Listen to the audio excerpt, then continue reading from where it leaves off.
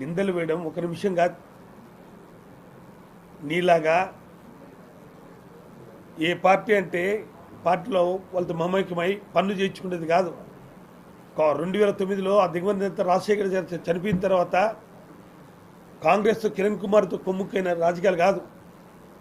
2004 మేము అధికారం వచ్చిన తర్వాత రాజశేఖర్ గారు మంచి ఉద్దేశంతో నాతో పాటు సమూర్తి రెడ్డి మీ తండ్రి రాజగోపాల్ రెడ్డి కొడుకు పైకి రావాలని కోరుకునే వ్యక్తికి తప్ప వారు ద్రోహం చేసే వ్యక్తులు కాదు.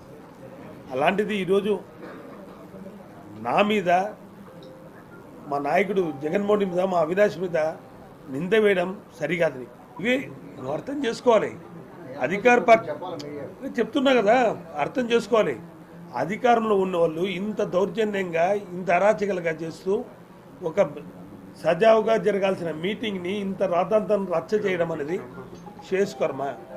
ఇది కేవలం కుట్రపూర్తిగానే రాత్రి ప్లాన్ వేసుకుని వాళ్ళు మొత్తం కార్పొరేషన్ మీద రావడం తప్పు కదా. మీటింగ్ జరగాలని ఆలోచన ఉందా? సమస్యల మీద డిస్కస్ చేయాలందా? ఒక శాసనసభ్యురాలు ఎంత డెవలప్ చేస్తుంది? 5 నెలల నుంచి ఏమైనా నిధులు తెచ్చావా?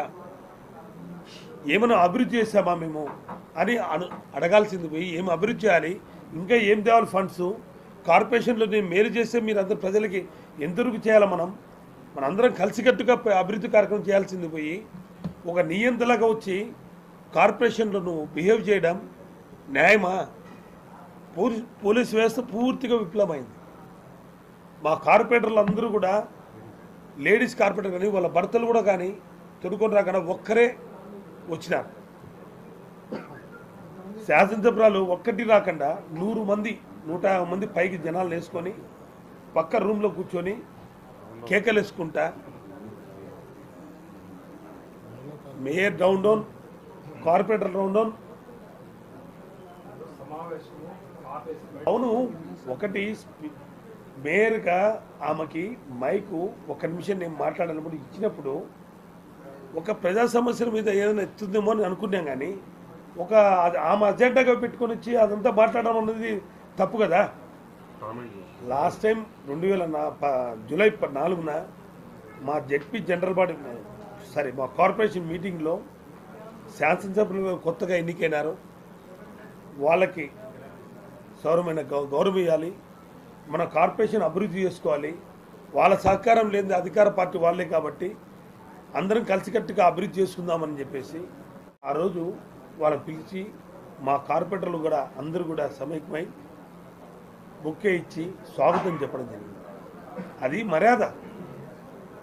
ఒక ఎమ్మెల్యేలకి శాసనసభ్యులు కొత్తగా ఎన్నికైన వాళ్ళు గెలిస్తే ఇవ్వాల్సిన బొక్కే అది ఇవ్వడం మర్యాద.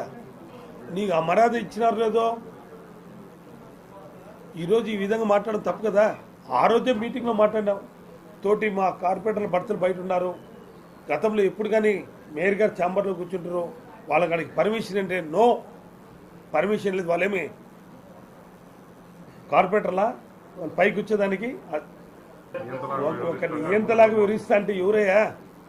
ఆ రోజు తీసుకోలేదు కాబట్టి ఈరోజు మేము ఒక నిర్దేశపరంగా కౌన్సిలింగ్ హాల్లో ఏ విధంగా మీరు శాసనసభ్యులుగా మనం ఇవ్వాలి, ఏ విధంగా ఉండాలనేది కమిషన్కి హుకుం జారీ చేశాం.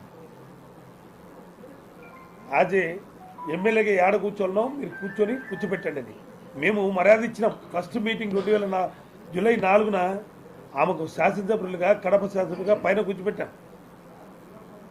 ఆ మర్యాదను వాళ్ళు గౌరవించుకొని ఉంచుకోవాలి. రాష్ట్రంలో శాసనసభ్యులు ఏడ కూర్చుంటున్నారో అవి తెలుసుకోవాలి. టీజీ భరత్ కర్నూలులో ఏడ కూర్చుంటున్నాడో తెలుసుకొని మాట్లాడాలి. మేమంత గౌరవిస్తే అది ఒక విధంగా హేళనగా చేసుకొని ఇంతకుముందు ప్రతి ఒక్కరికి ఇస్తున్నాం ఛాన్స్. ఎమ్మెల్యేలు కూడా అప్పుడప్పుడు మాట్లాడితే దానికి ఇస్తాం. అది మాకు ఉండే గౌరవం. ఆ గౌరవం అలుసుగా తీసుకొని ఓ విధంగా తీసుకొని మొత్తం నాదే కార్పొరేషను, నాదే, నేను చెప్పిందే జరగాలనడం భావేమా? నేను రాలేదు ఆ రోజు మీటింగ్ నేను రాలేదు.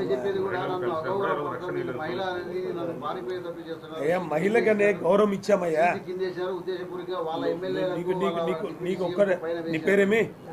నీ పేరు రాజు. ఆంధ్ర రాష్ట్రంలో భారతదేశ వ్యాప్తంగా శాసనసభ్యులకి ఏడ గౌరవం ఇస్తారో కనుక్కో ముందు. మా శాసనసభ్యులు మేము ఎంత గౌరవం ఇచ్చామో ఇప్పుడు గెలిచిన శాసనసభ్యులు కూడా ఇద్దరికి సమానంగా గౌరవం ఇచ్చాం గతంలో జూలై 4న. అరే ఎందుకు ఇవ్వలేదు దానికి నువ్వు అడగా ఆమెనే. నువ్వు నన్ను అడుగుతావు రాజు, ఆమెను అడగాలి. మాకు మా వాళ్ళకందరికీ ఆమె ఇవ్వలేదు కాబట్టే ఈరోజు మేము ఇవ్వలేదు. ఆంధ్ర రాష్ట్రంలో కడప కార్పొరేషన్ నుంచి ఇచ్చినంత గౌరవం ఏ శాసనసభ్యులకి ఎవరు ఇవ్వలేదు. మేము ఇచ్చాం.